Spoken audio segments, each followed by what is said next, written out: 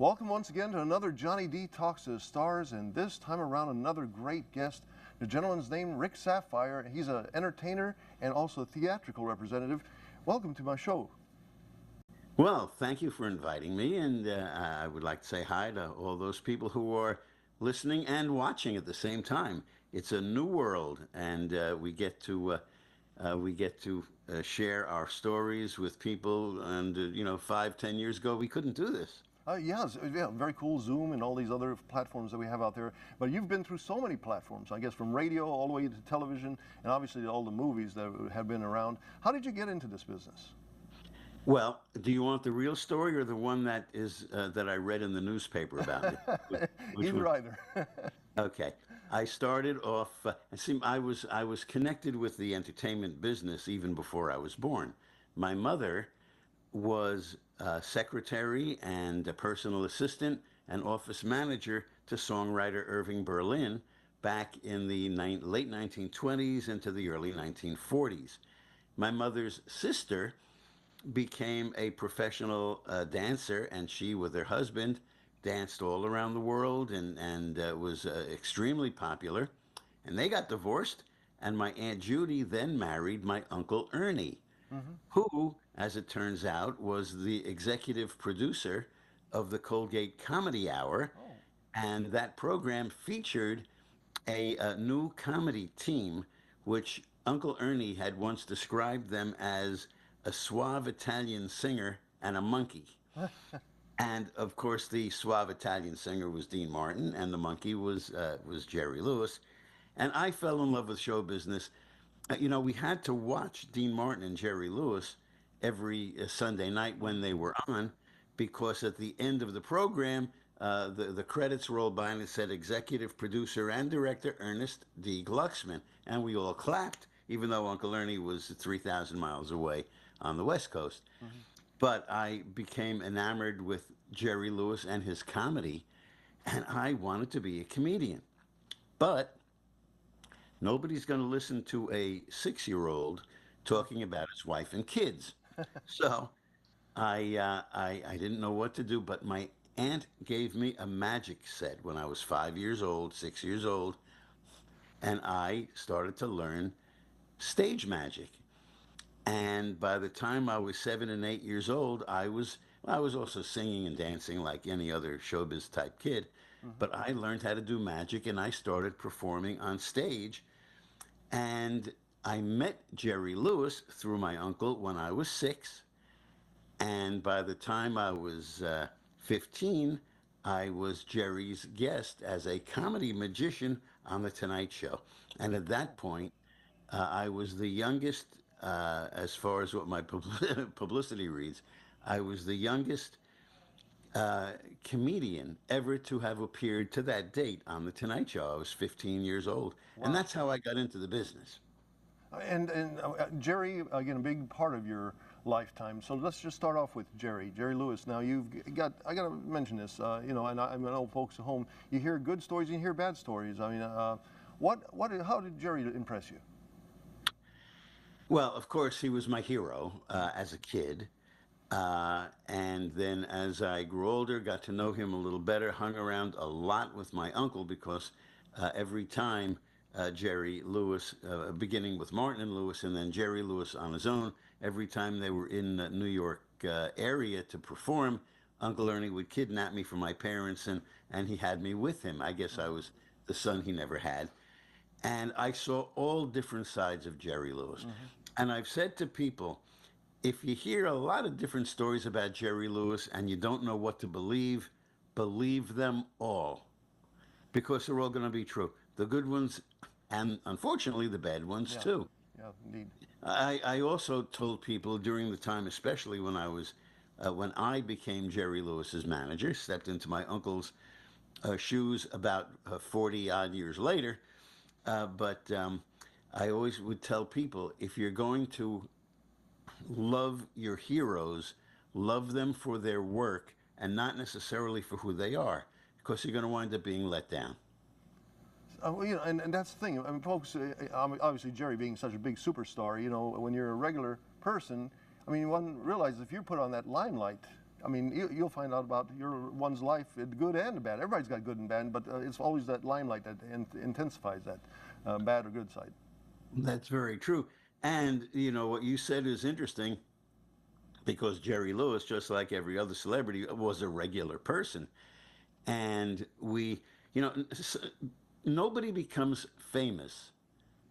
And I'm not talking about somebody who does something terrible and gets into the news as we've seen, you know, in the last few weeks. But if somebody becomes famous for what they do theatrically, there's got to be a need for that.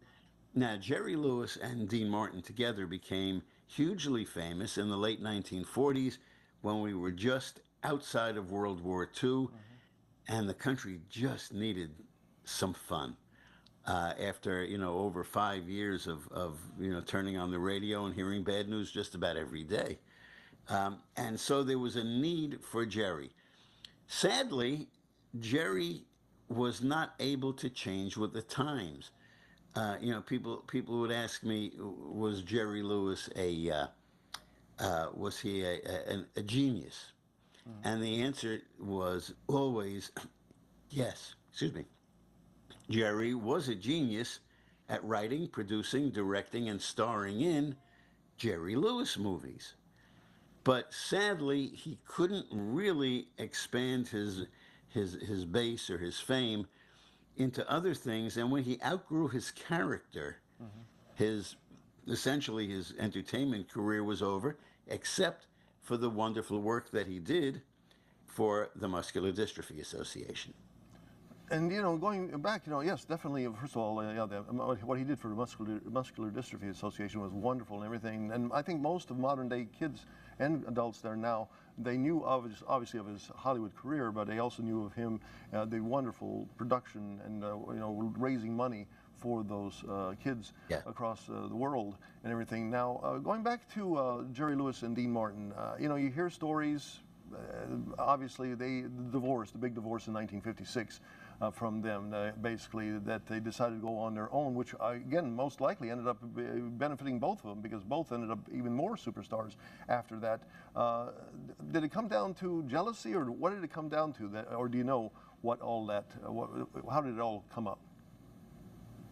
Dean grew very tired of Jerry, and Jerry grew very tired of being known as the idiot.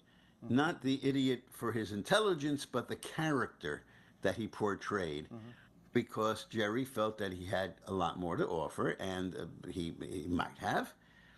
But then we yeah, and Jerry, you know, when Martin and Lewis finally separated in their last show together, actually, uh, and I'm not promoting my book here, but if you Definitely and go I'm going to ahead. try. I'm going to try to make it so it doesn't disappear in this fabulous. If you look at the book, the back and front cover is actually one photograph. It was, and except for me up in the corner there with Jerry, but you see Dean Martin and you see Jerry Lewis. That was taken from one photograph that was actually shot the closing night at their very last appearance together, Wow, which happened to be at the Copacabana. wow. And Jerry had, you look at his face, he was worried. Jerry was terrified about about what he would do and would he be successful without Dean Martin, because we have to remember that before Dean and Jerry got together, and when they first got together at the 500 Cafe, which was the real name of the place Okay. in Atlantic City, most people think of it as the 500 Club, but it was the 500 Cafe. When they first got together, Jerry was still doing his record mime act. He was a record pantomimist. Now, for those of you who are under 40 years old, a record was one of those round things with a hole in the middle. They're coming back. I know they're trying anyway. They're trying anyway. Record players are coming back because almost everybody who again is over 40 years old probably has dozens or even hundreds of Sure. records in their basement or in their closet somewhere. So I know record machines are coming back, and they're trying to bring vinyl back again. So we'll see. It's hard to know what's going to happen there. But what Jerry's act was, from backstage, somebody would put the needle on the record. I can hear my daughter, Daddy, what's a record? What's a needle? So put the needle on the record, and you would hear, oh, maybe Nelson Eddy and Jeanette MacDonald doing one of their famous Indian love call type songs. And Jerry, alone on the stage without a partner, would be wearing a wig when Jeanette MacDonald was singing, and he would mouth her words. And then when Nelson Eddy began to sing, he'd take the wig off, and now he'd be Nelson Eddy. And his act was hysterical. It was only 12 to 14 minutes long, and that's what Jerry Lewis did until he and Dean were together and started ad-libbing on stage and doing routines. And when Jerry and Dean broke up, Dean was just going to continue what he was doing before they got together. Dean already had record contracts. He was a very popular singer, and Dean had already worked with other partners, including Zero Mostel. Okay. Jerry had none of that experience. Although, when you hear interviews that Jerry did over the last maybe 10, 15 years before he passed on, he would always talk about how he taught Dean everything about comedy and all of the things that Jerry learned from his dad. His dad was a singer, not a comedian. And so that's why I wrote the book. It's on this side. See, on my monitor, it's backwards, so I'm doing like a Latin dance here. But, and I don't want to put my finger in Jerry's nose, but it's unavoidable. But in any event, my book tells in depth the true story about Jerry's career and how they actually got together, why they actually broke up.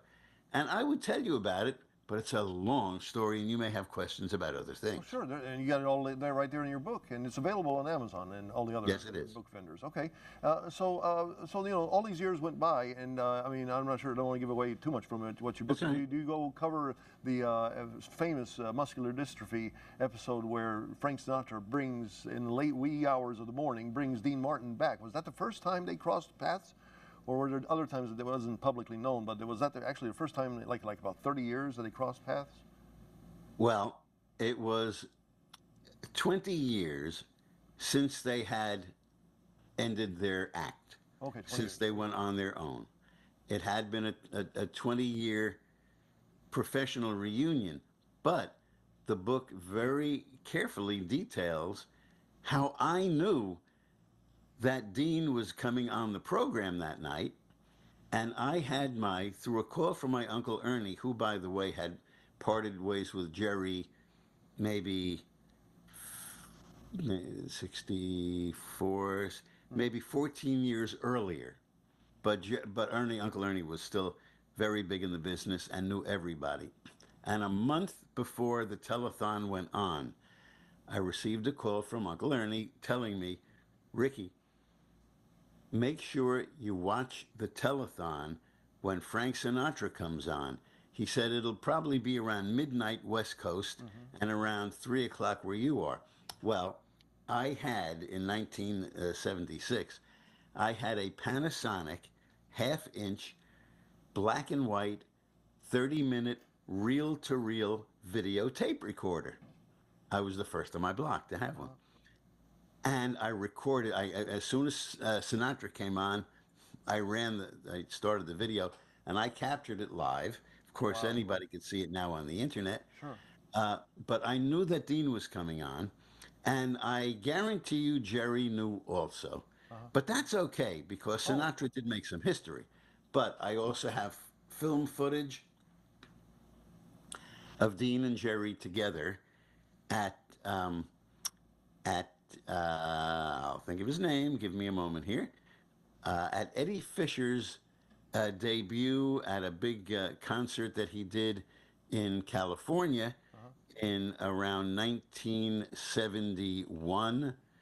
And so Dean and Jerry had crossed paths Okay. many times.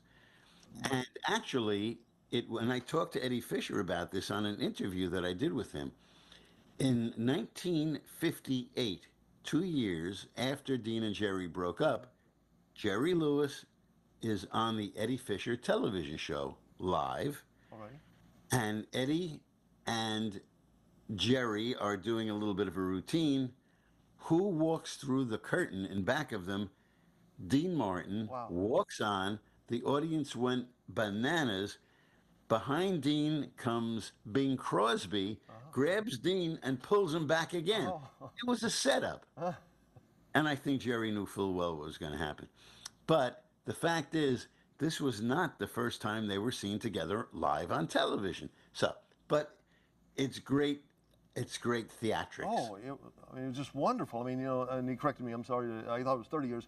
You are correct. Yeah, 20 years, like 1976. And again, so they're there. And did their friendship then kind of I mean, I hear after that, especially with Dean losing his son, there's a story out there that Jerry was supposedly didn't want to come up to the front. He was in the back when Dean's son's funeral was happening. Is this a true story, or is this Well, something I will stolen? tell you, Jerry notoriously, in the closed family and friends circle, Jerry notoriously avoided funerals. Hmm. They were just too disturbing for him. Okay. And yeah, it's understandable. Some people just don't like to go to funerals. Sure. Sure.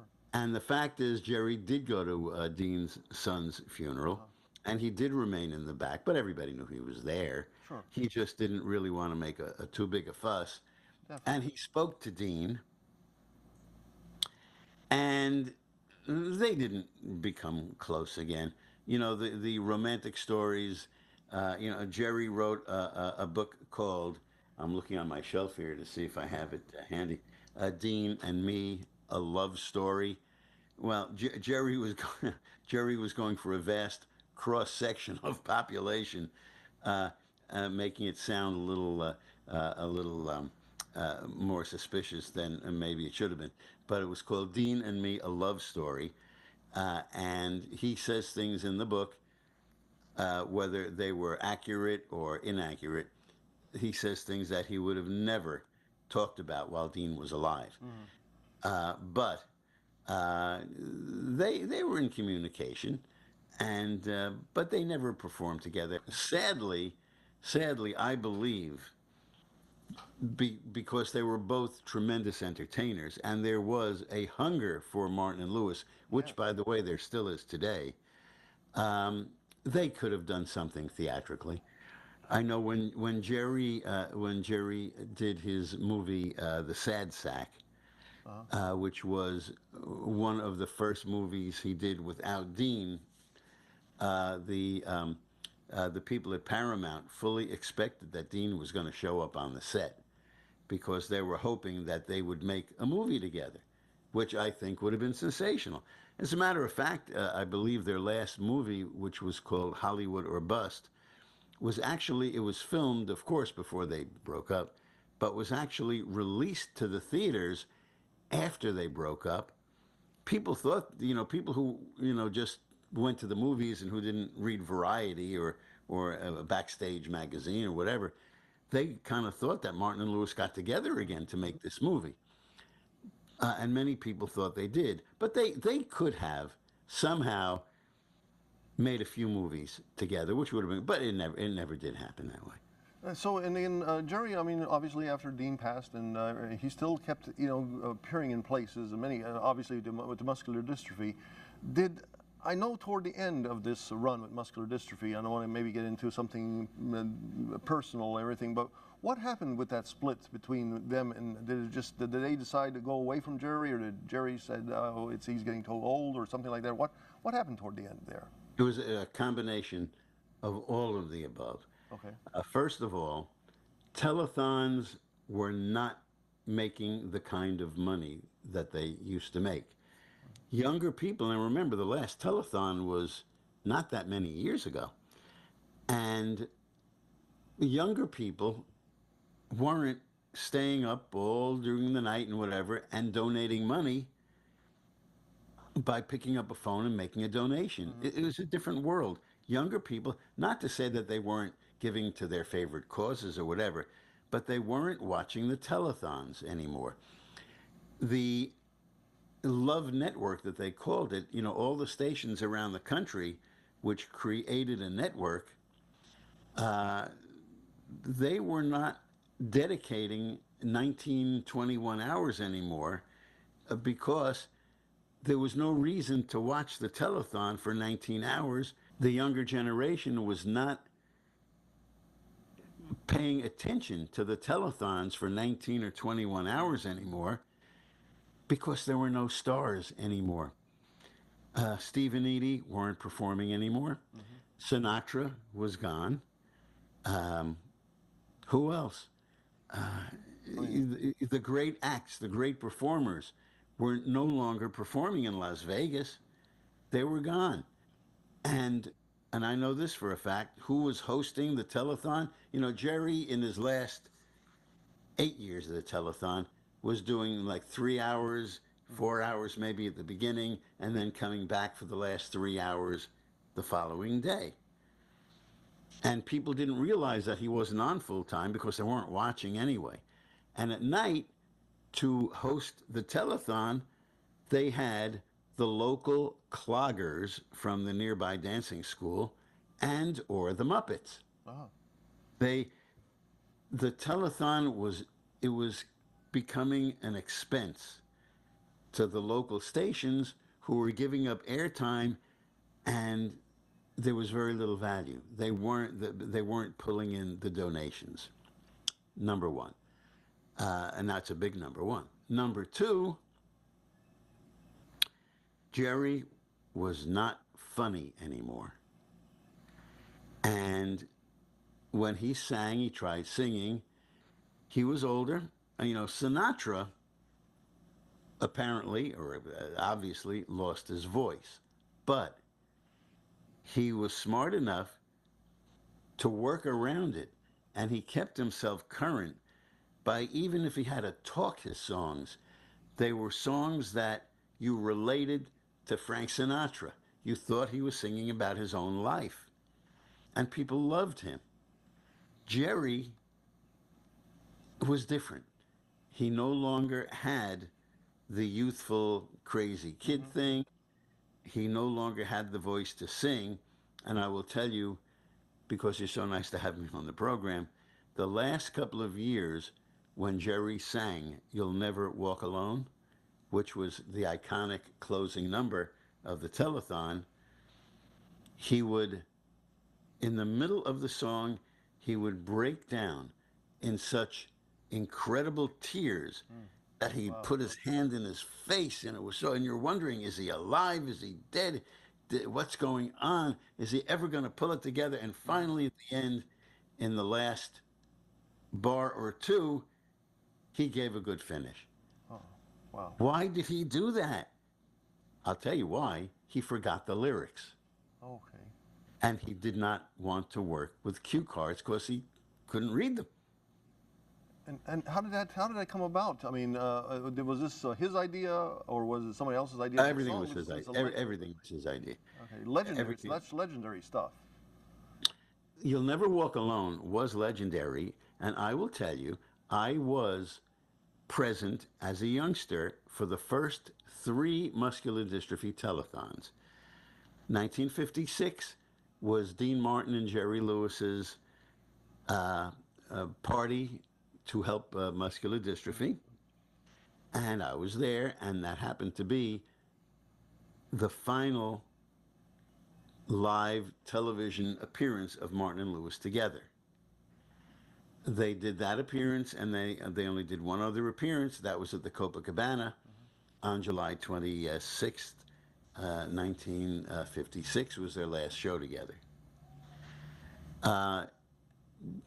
Jerry and I was there because I was 9 years old, and Uncle Ernie gave me a job. The whole family was there. Okay. But Uncle Ernie gave me a job to run backstage where all of the telephone operators were, except for the ones on camera, and collect the pledge cards, bring them to Uncle Ernie. He would go through them, and he would hand off a bunch of them to Dean and to Jerry to read on the air. So I was working. But I was there for the whole telethon at Carnegie Hall. The next year was Jerry's first solo telethon, and I have hours of that on audio tape, and nobody else has got that. And I'm going to be doing a podcast soon about that telethon. And I was there, and for the very first time, uh, You'll Never Walk Alone was heard on the telethon, but Jerry didn't sing it. He Okay. conducted the orchestra, and they played it. The first year Jerry sang You'll Never Walk Alone, I was also there.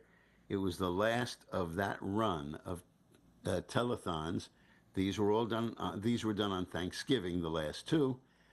And Jerry had the poster boy, the poster child, whose name was Alan Kowalski, and I remember him because I would stay backstage while he was backstage.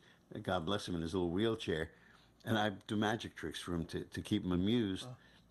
And at the end of the show, Jerry brought him on, and there was Jerry on the darkened stage with Alan Kowalski in the wheelchair, and Jerry sang to him, You'll Never Walk Alone, and then wheeled the wheelchair off stage. So incredibly dramatic. And sadly, Jerry took a bad hit for that because some groups and organizations complained that he was using a crippled child for his own, and that. That's crazy stuff, folks. Yeah, and there was a lot of that, which was very sad. Jerry was supposed to do an appearance, I don't remember, somewhere in the United States, in support of the muscular dystrophy drive, and he was doing a personal appearance, and then it came to light that an organization was going to be there protesting Jerry Lewis and the MDA, and they were going to have a big protest. Why? Because in previous years, Jerry Lewis smoked a cigarette on the telethon. Everybody was smoking on camera in those days.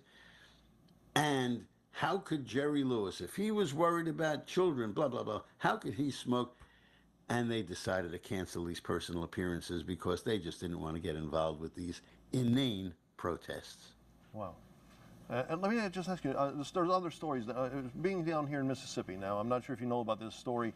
I've heard through time that Jerry got a little controversial here in Mississippi, that he would flush the toilet when he would go over Mississippi. Now, I hear, rumor had it that it was an appearance like in Jackson, Mississippi, like in 1963 or 64 with Sammy Davis. Did you ever hear of anything like that, or do you know about anything about that story? Well, tell me a little more, because when you mention the toilet, I will tell you something that Jerry did. And tell me, what was it about the toilet that became controversial? Well, people said that whenever he flew over Mississippi that he would flush the toilet. Oh, that's silly. That's ridiculous. No, again, is that a tale? But I've heard rumor that it was also because of Sammy being in 1963 or 1964 in Jackson, Mississippi, not treated very well with him. Do you think there's any truth, or is that just some lore that's out there? Well, there's probably truth that Sammy wasn't treated very well. But, I mean, that was in various locations around the country. Sure. And fortunately, that changed. Sure. Within the business, there was never really any kind of controversy. I mean, I knew Sammy Davis. I knew Nipsey Russell, who I loved. I knew all the black performers, the white performers, the foreign performers. And within the business, I never saw any problems like that. Yeah, that was great. There was no But problems. Jerry did something in his act that was hysterically funny. Okay. And maybe somebody got mixed up, and maybe he did it in Mississippi. But Jerry, during the middle of his act, he would let the band do a number, and he would say, I have to take a break. Well, Jerry wore a wireless microphone, but that didn't matter because this was recorded. He'd go off stage for 3 minutes, the band would play a number, and all of a sudden, you'd hear a toilet flushing. And then a minute later, Jerry would walk on stage, supposedly not. So the audience thought, oh, he left his microphone on. And, his wireless mic, and they heard that, and everybody was hysterical. Well, it was planned. It was a gimmick. And it was funny as hell. But, yeah, so that's the only toilet thing I never heard it. One of those things that people bring up, and it's like, and again, I didn't think it was true, but you hear, you know, obviously, like you said, definitely, I mean, being treated bad in the 50s and 60s. I mean, you had folks like Sammy Davis, and like you said, from anybody that was treated badly. But I know that Frank Sinatra and Dean Martin and Jerry Lewis were always standing up, and it was great that they would all stand up using their fame to say, hey, look, Sammy is just as part of us as we are with him, you know. Most of these guys, they worked their butts off trying to get where they were. I know we've talked a lot about Jerry, and it looks like we have to do another show and talk about all the other Well, that's folks okay. Cross paths with.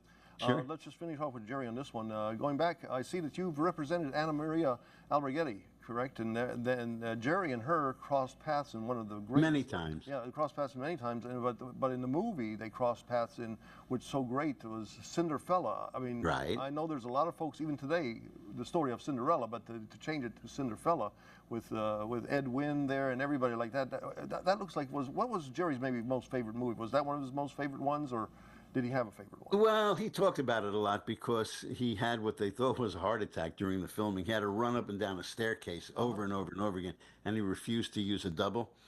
And he collapsed during the filming at one scene where he was running up and down the staircase. So he talked about that a lot. No, Jerry adored Anna Maria Alberghetti.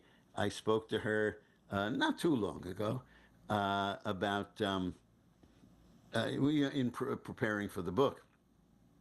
And everybody had a Jerry Lewis story. Her stories were all good. She really liked him. But what I think is even more interesting than Cinderfella was, oh, by the way, Jerry did get a little heat for using Ed Wynn as his fairy godfather, because Cinderella had a fairy godmother. Well, this was Cinderfella.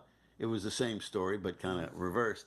And Ed Wynn kept appearing as Jerry's fairy godfather, and some groups took offense to that. So, you know, whatever. But the interesting thing is, and those with computers, and I guess everybody watching this now is on a computer or an iPhone or something, Jerry did a remake of The Jazz Singer. The Jazz Singer was originally a Broadway show featuring my dear friend who passed away so long ago now, Georgie Jessel.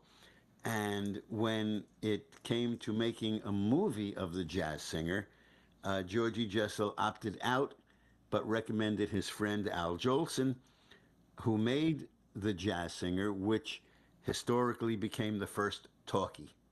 Okay. But in Jerry Lewis's remake, there was a female, wasn't really a love interest, but there was a female in the story who offered Jerry a job because she was a performer herself. And Jerry's character, his father was a rabbinical cantor who sang over the high holidays, and he wanted his son to be to follow in his footsteps, and Jerry's character only wanted to sing jazz, etc. And it had a happy ending. But anyway, Anna Marie Alberghetti played the role of the female interest in that movie, in that television special, and it's wonderful. And you can Google it, you can see it. It's a 1-hour color version of The Jazz Singer, and it was very good. And Anna Marie Alberghetti was great. And just before we finish up talking about Jerry and everything, his last days, were you there for his last days? I mean, was he still... No, I wasn't with him at that stage of his career. Well, as close as we were, our relationship was business towards the end. Sadly, Jerry never knew how to transition. And Jerry did these, to end his career, he wasn't doing stand-up comedy. He didn't have the strength and the energy, sadly. So he opted to do these appearances where he'd sit in a chair, have a big screen in back of him, show movie clips, and answer audience questions. And Jerry was an angry guy. And if an audience member asked him something that he didn't like the question, he would just be so mean to them. And a lot of times people walked out very unhappy. Also, in many cases, Jerry found a way to not show up or to cut his appearance short. I couldn't get him work anymore, and nor did I want to even try. You know, we left off with my final contract with him. Apparently, by this contract, I'm still representing him. But so it ended the way it ended. Yeah, sadly, Jerry did not end his career. He made some very bad choices in his career, like The Day the Clown Cried, where in 1970, 71, whatever, he went to Europe and filmed a movie about an entertainer having to take the children during World War II, the German Jewish children, to the Nazi death camps. Bad choice. Plus, the movie had been done before with my dear friend and longtime client, Beverly Washburn, who appeared in a movie with Kirk Douglas called The Juggler. Essentially, it was the same story, and that was 1953. Then Jerry made a movie called, oh gosh, already forgetting the name of the movie. Was it Danny Rose or Broadway Danny Rose, right? Or, no, it wasn't no, Broadway Danny Rose. No, no, but that was a good guess. that was, Anyway, the movie was a very sad movie about a musician whose wife passed away, and after the wife passed away, he learned that his wife had been cheating on him. It was a very dramatic and very sad movie. Well, Jerry asked me, excuse me, Jerry asked me when the movie came out what I thought of it. And I said to him, Jerry, it should have gone straight to VHS. For those of you who are not hip to that lingo, it should have never been released. sure. People needed still to see the Jerry Lewis they loved. He didn't have to be zany and crazy, but he could have been funny. He opted not to. So I did catch, and I'm sure you most likely caught the Comedians in Cars with Jerry Seinfeld. It looked like that was a kind of a nice finish to his career, because right toward about the last couple of years of his life, and it was still, you could see those little bits and pieces of like a twinkle in his eye of trying to be the old Jerry, but it looked like it was that twinkle was dimming as time went on. It did, and that's sad. That happens to a lot of performers. For several years, I managed way back in the day Jerry Mathers, who was the star of Leave It to Beaver. Before that, let me see if I have this here that I can show you. Give me 1 second. I'm walking over All right. there. Sure. I'm walking over there, and I will be right back. Alrighty. I'm still in the room. I'm going to my files, and by the way, I just totally blew out the rumor that when people do podcasts, they're only dressed from the shirt. I think we did a cutaway, so I mean,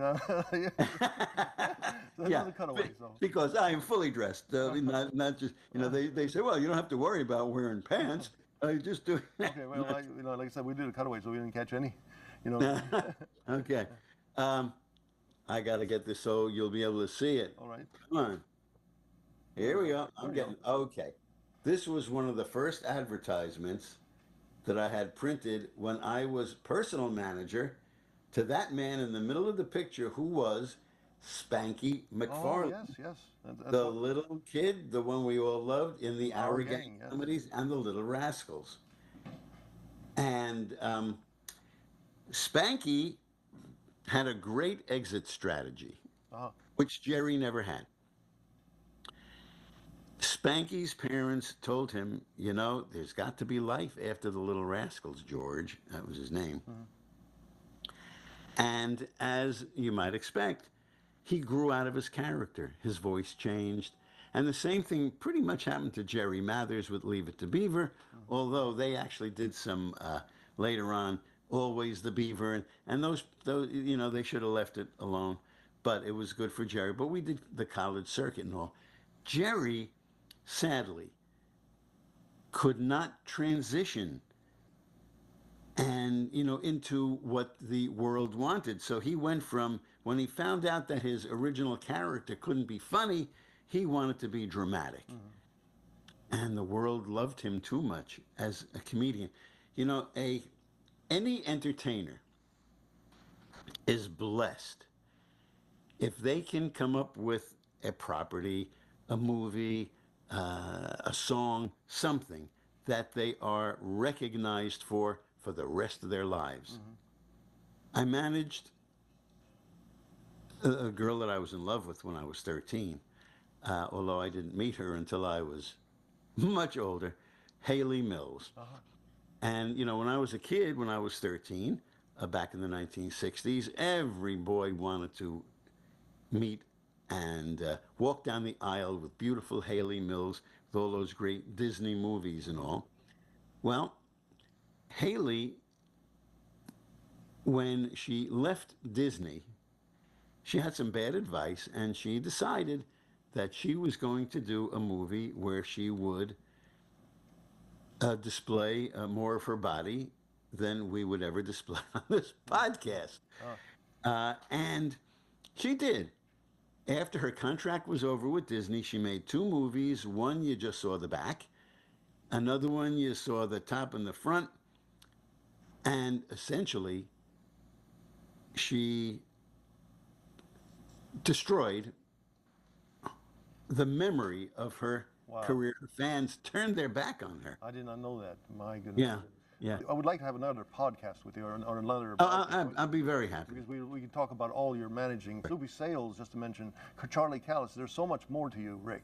And it was such a pleasure to have you here talking about the life and times of Jerry and also Dean and how all that came about. And again, I hope to here in the next couple of months we can have another one and we can talk about all the other things that you've done, all the other folks that you've managed, like Frankie McFarland. So again, it has been a pleasure to have you here, and thank you for telling us all about the life and times of Jerry Lewis. And you're very welcome. Hopefully people will get a hold of my book on Amazon, The Real Jerry Lewis Story. And coming up in a month or so, I Thank My Lucky Stars, which will be a book that we can talk about next time with all of the celebrity, including the Three Stooges. Oh, wow. You see, this is great stuff. And thank you very much again for being on here. And you take it easy, okay? You're very welcome. Thank you.